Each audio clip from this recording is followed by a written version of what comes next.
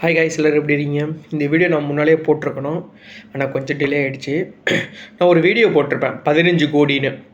உங்களுக்கு தெரியும் அது நான் யாரை பற்றி பேசுகிறேன்னு. அந்த வியூ நல்லாவே போச்சு. அது வந்து என்னோடய கண்டென்ட்டே கிடையாது, நான் அடுத்தவங்களை பற்றி பேசியிருப்பேன். அதனால நல்ல வியூ போச்சு. இப்போ எனக்கு ஒரு டவுட்டு என்னென்னா, நார்மலாகவே நான் ஏதாச்சும் ஒரு மொபைல் வாங்கணும், இல்லை லேப்டாப் வாங்கணும், இல்லை ஏதாச்சும் ஸ்மார்ட் வாட்ச் வாங்கணுன்னா கண்டிப்பாக நான் ஏதாச்சும் ஒரு யூடியூப்பை போய் தான் நான் பார்ப்பேன். இப்போ நான் எந்த யூடியூப்பை பார்க்குறது? எனக்கு இப்போ அதான் டவுட்டு. எல்லாருமே ஏமாத்துறாங்கன்னு ஒரு வீடியோ ஒரு அக்கா போட்டிருந்தாங்க. அப்போது நான் எப்படி வாங்குறது?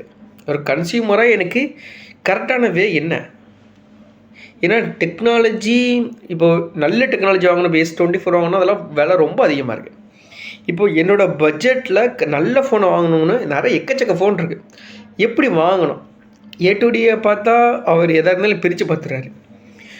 எனக்கு வந்து யூசர் ஃப்ரெண்ட்லியாகவும் என் யூஸுக்கு அது வரணும். அப்போது நான் யாரோட வீடியோவை பார்க்கணும்? இந்த வீடியோவை ஏதாச்சும் ஒரு யூடியூப் டெக் சேனல் பார்த்துட்டு இருந்தீங்கன்னா மறக்காமல் கமெண்ட் பண்ணுங்கள்.